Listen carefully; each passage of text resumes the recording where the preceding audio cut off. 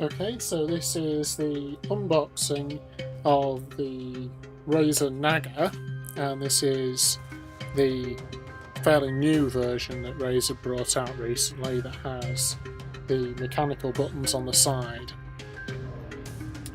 So it's the front of the box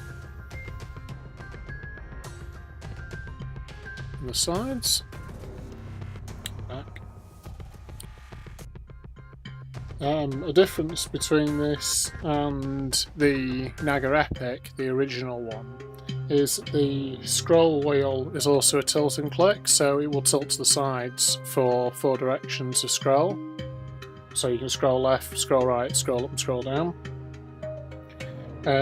It's compatible with Synapse 2.0, so you can set up the lighting how you want.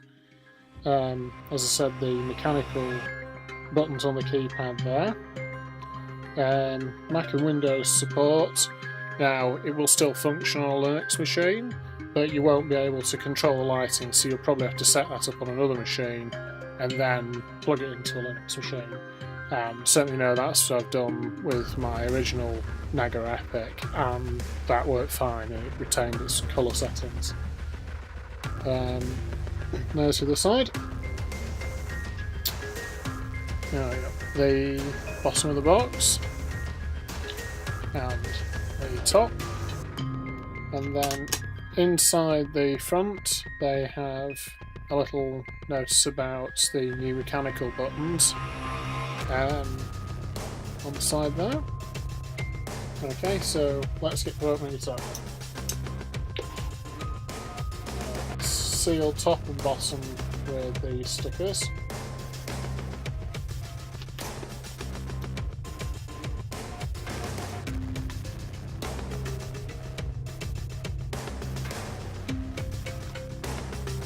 Now the one at the top appears to be a little bit thicker, so we'll have to be a little more persistent. Okay.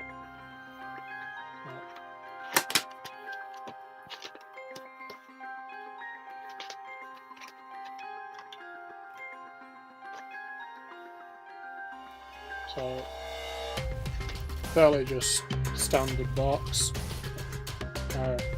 It is standard fare with Razer pretty much. You either get a window to see the product or a hole to see the product through. The plastic cover off, and there is the mouse itself. Let's flip it over.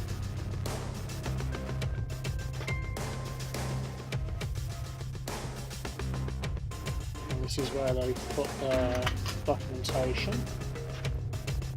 So sometimes they come in an envelope, sometimes they're just part of the packaging. Let's see what we get.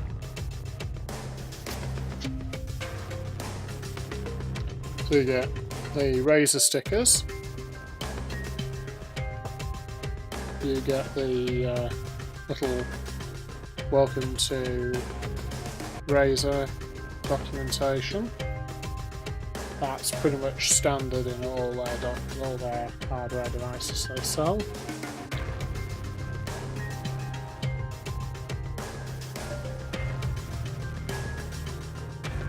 It appears that they have additional offers this time.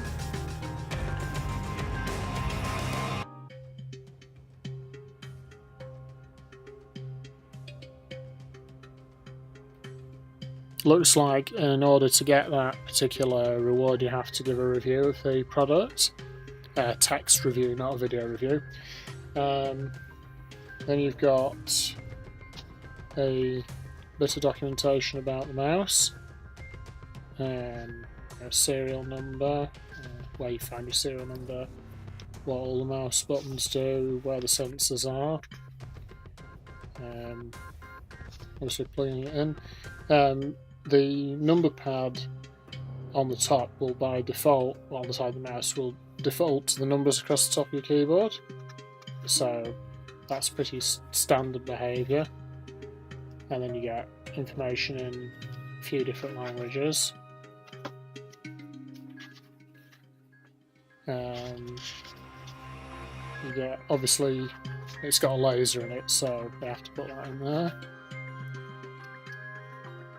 And compliance directives, things like that.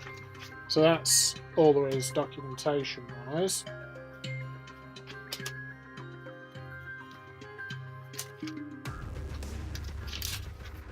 Just keep that all together. And we have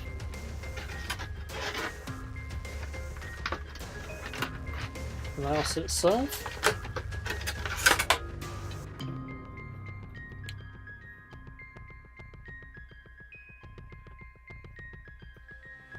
Now, unlike the Epic, it doesn't have removable side sections, and this is because on the Epic that's where the battery went, and this is purely a cabled mouse.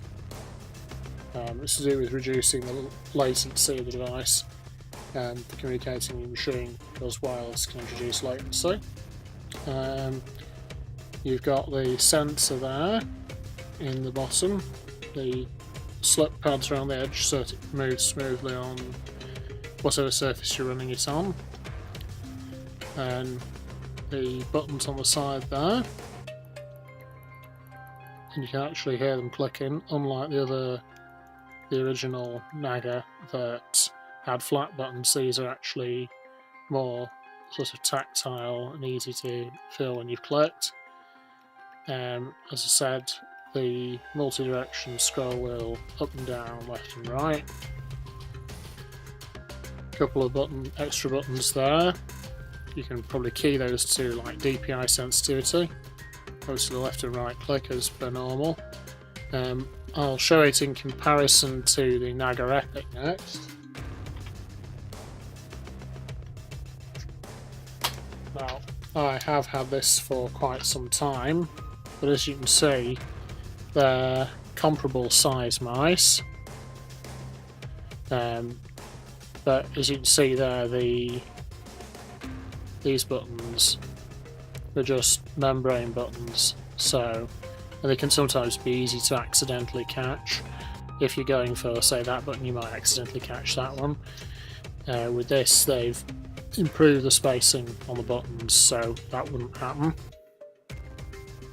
Other than that, they are fairly similar. As I say, this one is got the wireless functionality, and of course the battery went in there, and you can get different side panels for it. But that was never an issue for me. I always pretty much stuck with the default, so this new one should be perfectly fine. Okay, so this concludes the unboxing of the Razer Naga and the end of this video.